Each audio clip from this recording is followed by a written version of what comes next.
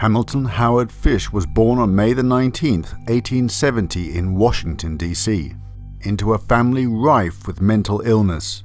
The youngest of 4 children, his mother Ellen was 32 when he was born and his father 75. His mother suffered from auditory and visual hallucinations, while several close relatives were confined to asylums, including one of his brothers. When he was older, he took the name of Albert after a deceased relative. This was also to try and eradicate his childhood nickname of Ham and Eggs.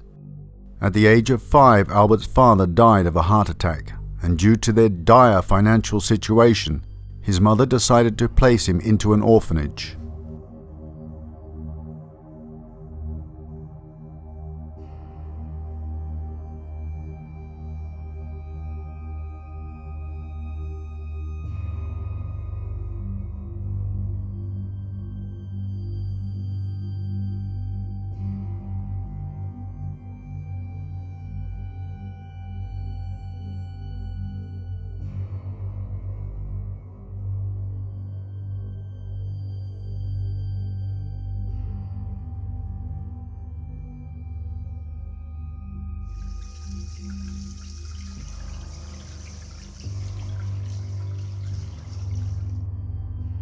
Albert's stay there was pivotal to the shaping of his character.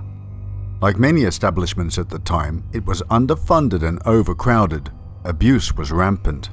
The teachers would strip the boys naked and whip them as a routine punishment.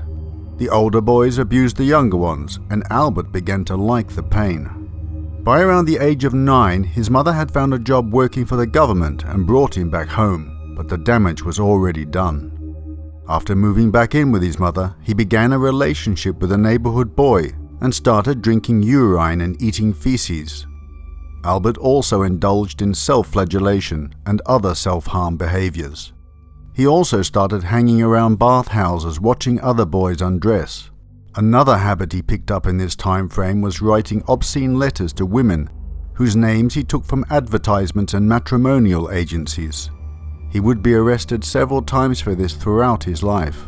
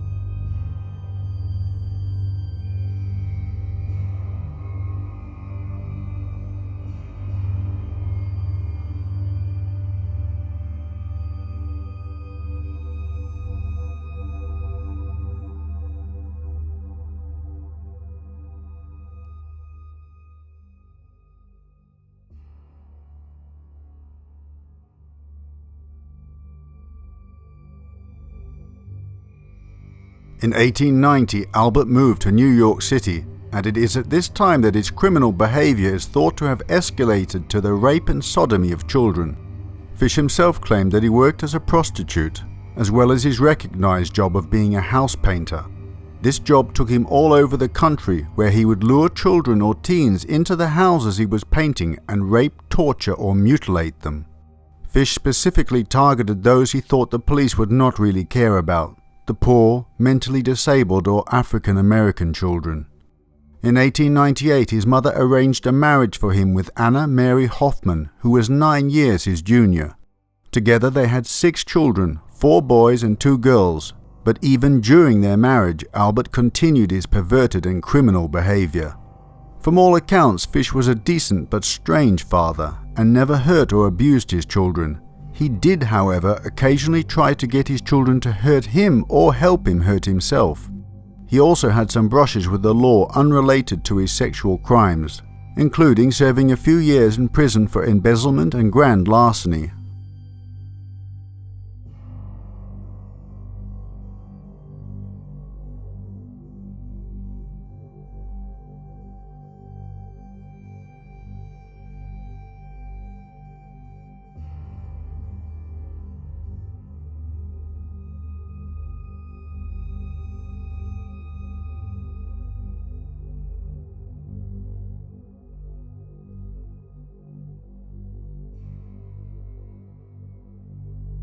In 1910, he began a relationship with a mentally handicapped 19-year-old named Thomas Kedden.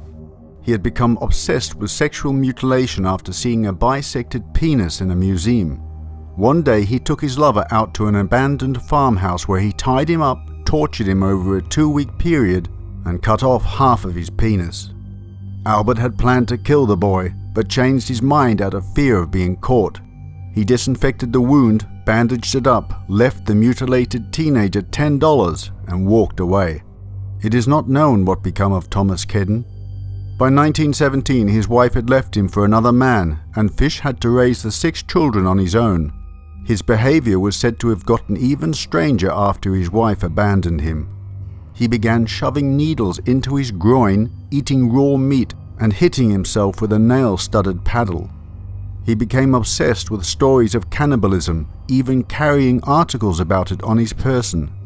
Albert would be interviewed on several occasions by mental health personnel, but was always judged to be disturbed but sane, and was never committed to a facility for more than a couple of weeks.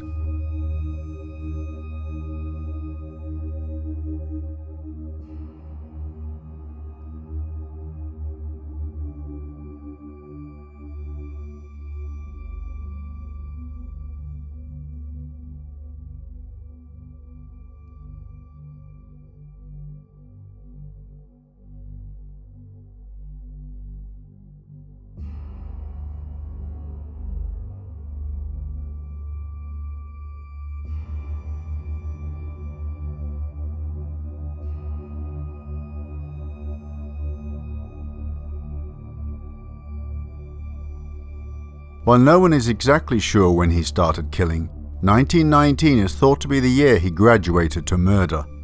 In Georgetown, Washington, he stabbed a mentally disabled boy. Several children were able to escape his clutches, but because he was a stranger to them and a lot of times only in the area temporarily for his job, Fish was never identified. He would lure unsupervised children away from their home or into secluded places with candy or money. He tried just that when he attempted to lure Beatrice Keel, aged 8, away from her parents' farm. He told her he would give her money if she would help him find rhubarb. Luckily, her mother saw her with Fish and intervened. Later that same day, he returned and attempted to sleep in their barn, but was discovered by Beatrice's father and chased off.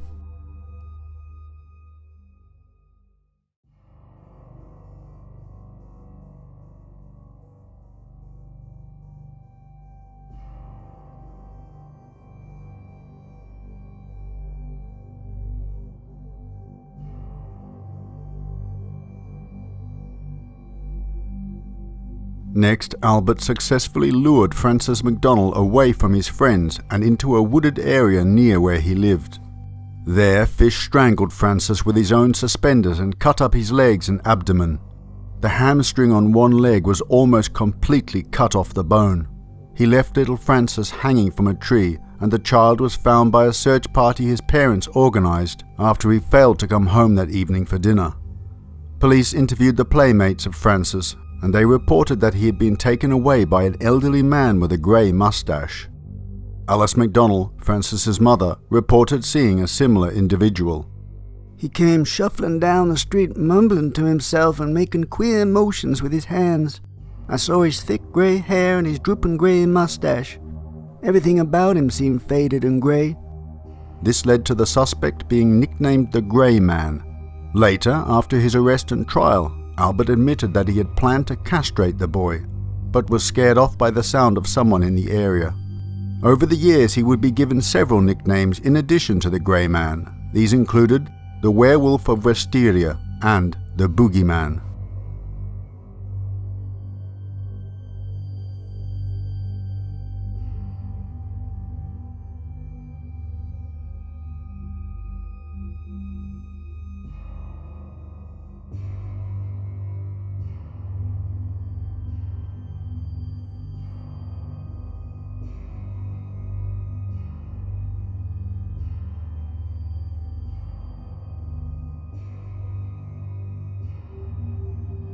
In 1926, Fish is suspected of the murder of Emma Richardson, age 5. The next known victim was Billy Gaffney in 1927. The 4-year-old was playing in a hallway outside of his apartment with his friend Billy Beaton.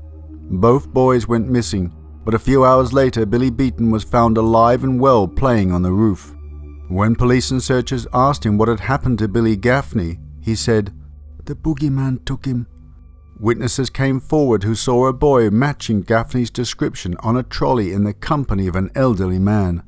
The boy was crying and asking for his mother, while the man was attempting to quiet him. Billy's body was never found, but after his arrest, Fish admitted to killing, butchering and eating the 4-year-old. That same year, he is suspected of killing 12-year-old Jetta Abramovitz, who was found beaten and strangled on the roof of the apartment building where she lived. In 1928, 2 boys managed to escape being his prey. Fish then lured a boy, Cyril Quinn, whom he had previously been molesting, and his friend to an apartment for sandwiches, intending to use his implements of hell to kill, mutilate and eat them. But as the boys were wrestling around with each other, they pushed the bedroom mattress out of place and saw a knife, saw and cleaver hidden underneath. The frightened children quickly ran out of the apartment.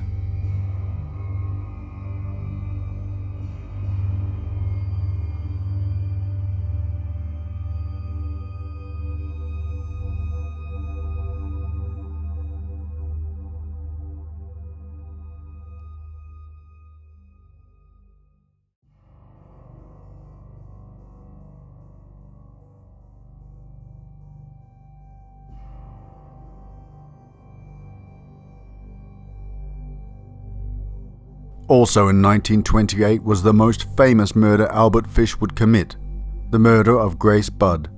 It is the best documented case and ultimately the one that would get him caught.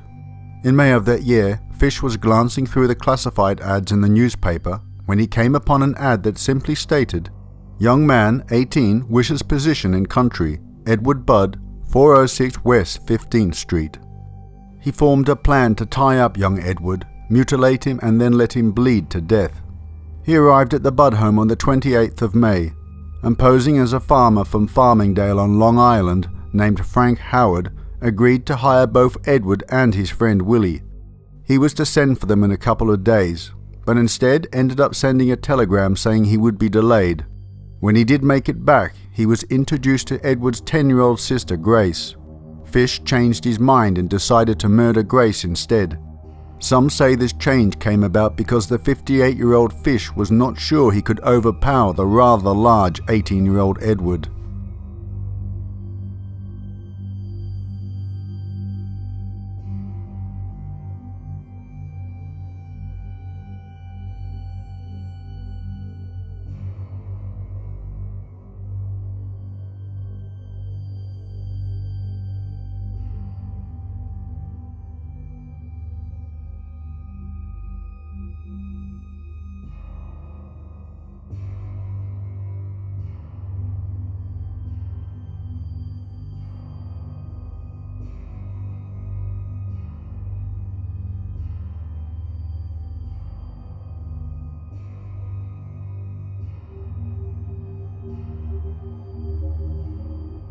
He had brought them strawberries and pot cheese, supposedly from his farm, and was invited to stay for lunch.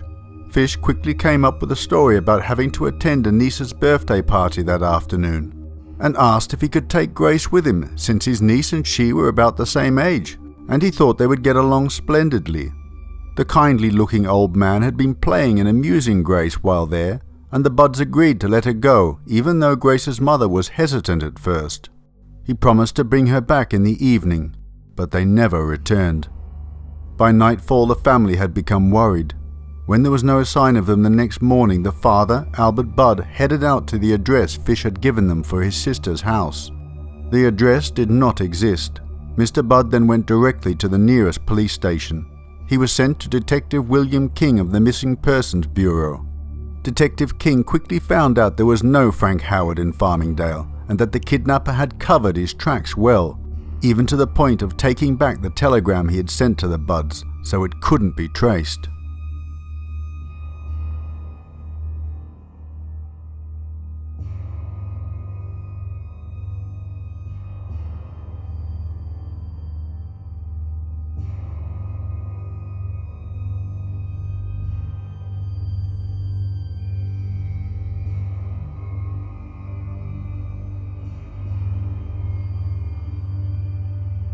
The detective and his squad spent countless hours wading through the duplicate copies of telegrams the company kept, and finally managed to find it.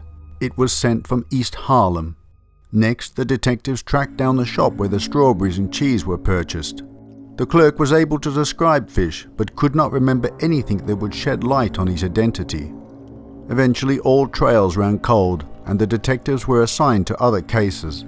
Detective King, however, wouldn't let the case go. He continued to work on it in addition to his other cases, and twice thought he had found his man. Albert Cartel was a con man who had tried to kidnap a young girl from an adoption agency. He fitted the description of Grace's kidnapper, but the detective found out that he had been in jail when Grace was taken.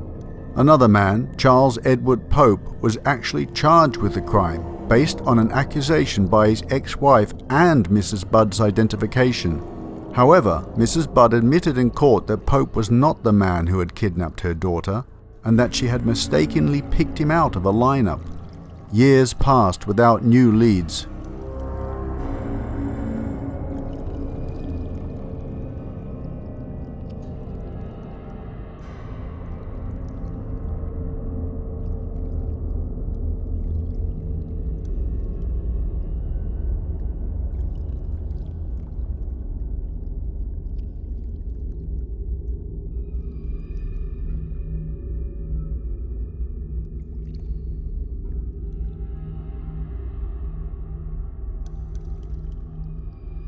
In the year 1930, Fish is suspected of having murdered a 4-year-old named Emil Arling.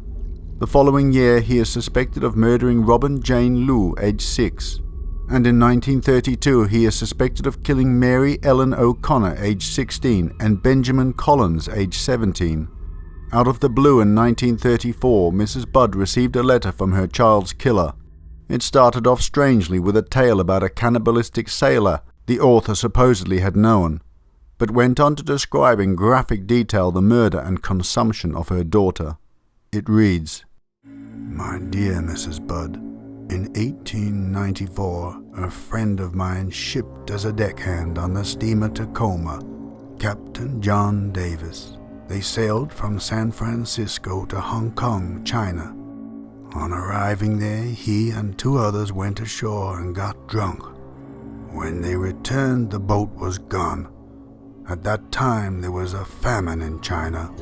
Meat of any kind was from $1 to $3 a pound. So great was the suffering amongst the very poor that all children under 12 were sold to the butchers to be cut up and sold for food in order to keep the others from starving."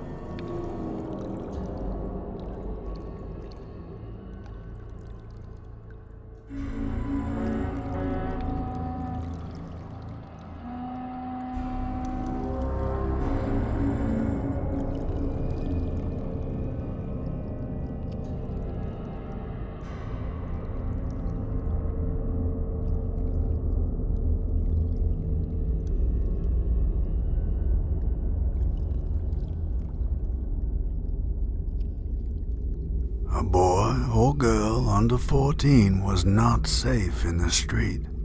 You could go in any shop and ask for steak, chops, or stew meat. Part of the naked body of a boy or girl would be brought out, and just what you wanted cut from it. A boy or girl's behind, which is the sweetest part of the body, and sold as veal cutlet, brought the highest price. John stayed there so long he acquired a taste for human flesh. On his return to New York, he stole 2 boys, one 7, one 11. Took them to his home, stripped them naked, tied them in a closet, then burned everything they had on. Several times every day and night he spanked them, tortured them to make their meat good and tender. First he killed the 11-year-old boy because he had the fattest ass and of course the most meat on it. Every part of his body was cooked and eaten except head, bones and guts. He was roasted in the oven, all of his ass. Boiled, broiled, fried, stewed.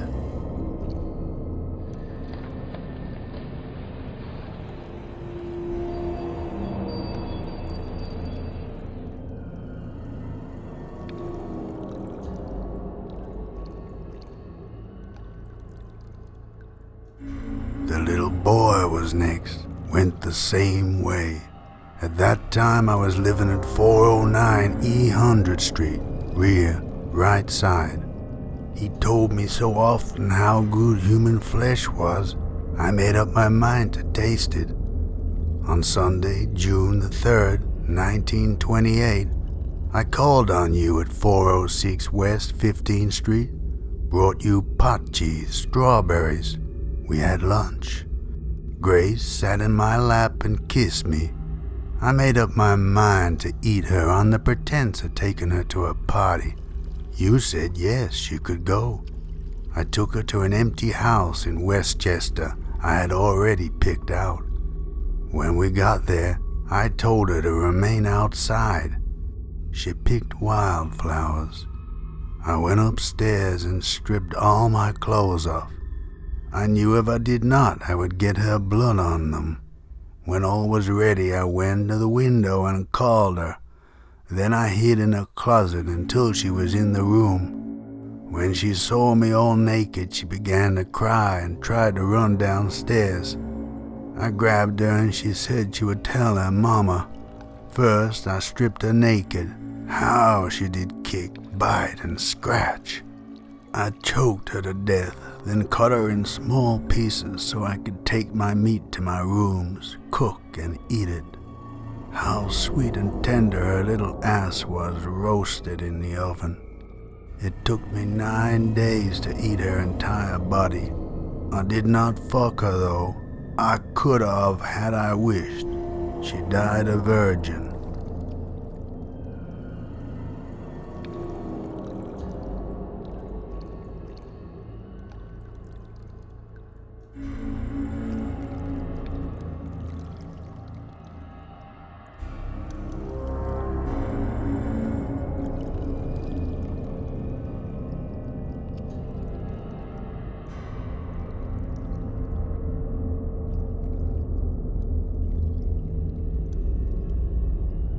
The letter was immediately turned over to the police.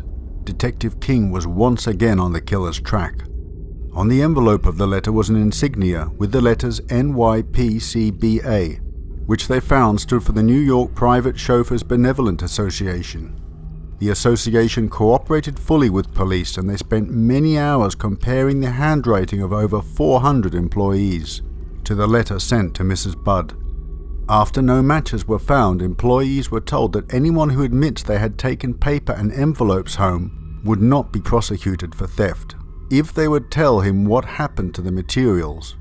One man came forward and admitted leaving some paper and envelopes at a previous boarding house.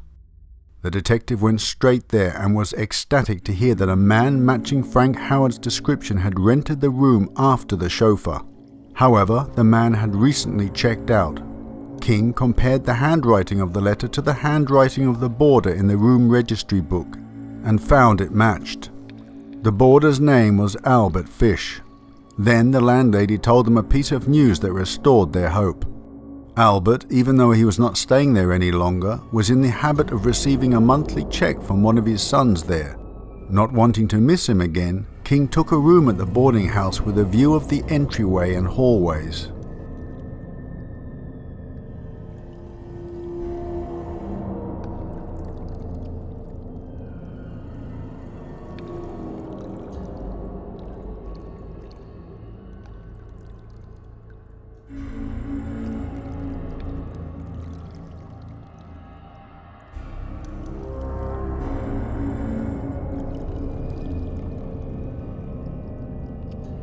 On December the 13th, he went back to the police station to file some paperwork, but received an urgent call from the landlady saying that Fish was back. She kept him there by offering him a cup of tea and by inviting him to sit down and rest. When King got there, he entered the room with gun drawn. Albert made no attempt to hide his identity, but as King was about to escort him to the police station for questioning, Fish pulled a straight razor from his pocket and charged at the officer. Detective King was easily able to disarm and restrain him, but found an alarming number of blades hidden on his person. Once at the police station, Fish admitted to the murder and cannibalization of Grace, and even told them in lurid detail exactly what he had done to her. The police were able to retrieve her skeletal remains from Wysteria cottage, where he had buried them. Fish then went on to confess to other killings. Some had verifiable details, some were clearly false or exaggerated. At one point he claimed to have had a child in every state.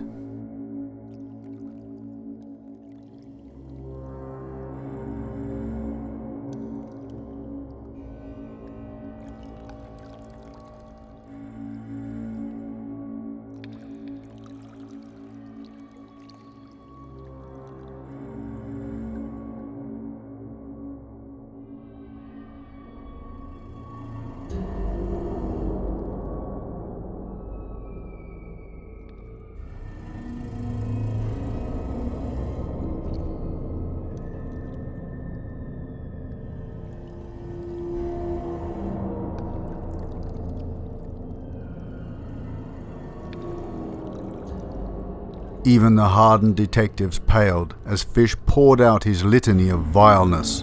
The elderly monster claimed to have been ordered by God to castrate little boys.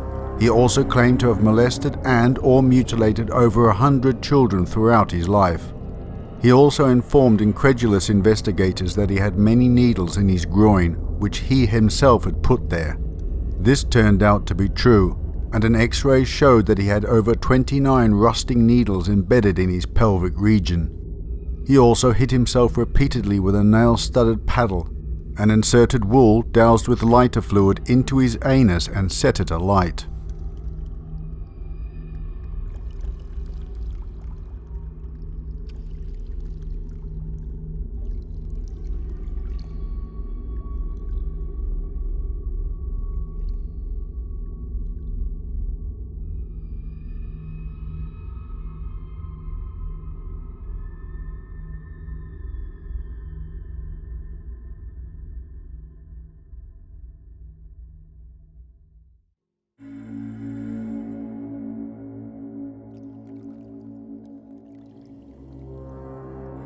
On March the 11th, 1935, the trial of Albert Fish for the murder of Grace Budd began. The whole trial lasted only 10 days and Fish pleaded not guilty by reason of insanity. He did not deny that he committed the crime. The issue being debated was if he was legally responsible for his crimes. Experts for both the prosecution and the defense testified about Fish's sanity or lack of it. Fish himself never took the stand. The defense argued he was insane based on his many sexual perversions and odd behavior, along with his statement that he believed God had ordered him to murder children, while the prosecution argued he was deranged but ultimately sane. The jury didn't take long to find him guilty and sane, though after the trial one juror told the press they all thought he was insane, but they all likewise thought he should pay the ultimate price for his crimes. He was sentenced to death in Sing Sing's electric chair, Old Sparky. Fish was said to be looking forward to his execution and said, "It will be the only thrill I have not tried." On January the 16th, 1936, Fish walked calmly and unassisted into the execution chamber, and it is said that he even helped the executioner to position the electrodes properly.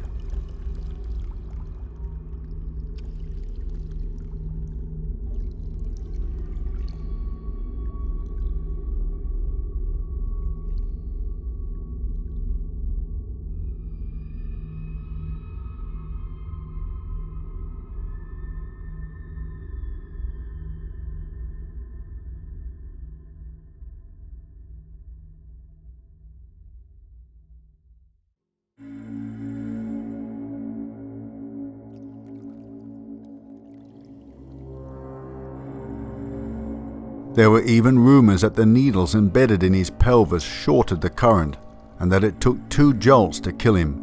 Some even report that his groin exploded. However, this is disputed by several witnesses, who said he died in Old Sparky just like every other convicted killer before him. There are 2 differing reports regarding his final words. One account has him saying, "I don't even know why I'm here," and the other, "But it wasn't the right verdict. I'm not really sane, you know." Like all serial killers, the true number of victims will never be known. Many estimate that he killed 15 people, mostly children, and victimized in some way or another at least 100 more.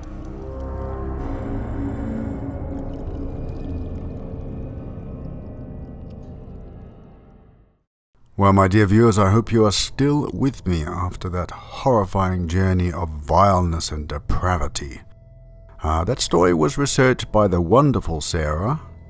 Did a fantastic job there, Sarah. Thank you very much. And I actually started to read this case in my 20s, and I found it so disturbing at the time I couldn't finish it. That's how bad. I was still a sensitive, I'm still a sensitive soul now. I was even more sensitive back then, and it was too much for me. And it was only till a few years ago that I actually finally watched a documentary about the whole case, or read a book. I can't remember exactly which. And I thought it was about time to do my version of it, and I hope you enjoyed it. It was indeed a journey into the darkest depths of the human soul, the dark human soul. Interesting point. While I was reading out the letter that he sent to Mrs. Budd, I was trying to get into character, as I do, with these things. I tried to get the voice and trying to get in the mindset of how the person might sound. And by the second chapter, I was pretty much getting into it, getting the feel of it. And so I did it through, and I was playing them back. And while I was playing back the third chapter, my cat came into the room looking very alarmed, meowing very loudly, and was looking at points all around the room. She was looking around wildly. Oh, that was very strange. I hope I hadn't attracted some unwelcome spirit there. I don't know. After she calmed down eventually and went out, I thought that was a curious incident that I would share with you. Sarah, in all her wisdom, when she sent me the research file, she wrote to me. She said, "Hey Oddie, here is the narration for Albert Fish. There is one chunk near the end where Fish describes the murder of Billy Gaffney. That you may or may not want to include. It is extremely graphic. The rest, though disturbing, isn't horribly bad." How right Sarah was. I decided not to include the description of the murder of Billy Gaffney, described by Albert Fish himself. It's just absolutely too horrific, and I don't think you'd want to hear it, and I certainly didn't want to read it out. So you can probably find that online, should you so wish. But I think the letter he writes to Mrs. Budd is disturbing enough. I didn't think I needed to include that. That would just leave a bad taste in the mouth, I can guarantee. Holy dooly, that was bad. Yeah, when you look at photos of Albert Fish, he looks very sort of passive, serene. You would never guess from that drab, grey exterior, that facade, the monster that lurked within. Just mind-boggling. I mean, even though in this video, in the video depiction of Mrs. Budd reading the letter, she didn't actually read the letter herself. She couldn't read, so her son read it out to her. Can you imagine that scene? I can't. I don't really want to. Hearing that, I mean, I can understand they didn't, those days they didn't have stranger danger, and he looked, as I say, serene and respectable. She never would have guessed that something was going to happen to her daughter. Wow, just... There is a photo of her, a press photo at the time. I didn't include it because the pixels are so small, it's just a blurred mess, but you can sort of see the grief in her face. Very tragic. Again, as I said in the Valeska axe murder story, when murderers commit such crimes, they don't realize that the damage goes beyond the victim. Anyway, I'm going to leave it now. I think this is going into like 35 minutes, quite a long one. Probably just as long as a documentary on the TV without the ads. So yeah, and you know how many ads there are nowadays on the TV. So an hour's program is about sort of 40 minutes or something or less. Anyway, I've rambled enough, so thank you for joining me on this macabre tour, and until the next time, who knows what's next? Who knows? We will wait and see. Take care, my friends. See you next time. Bye-bye.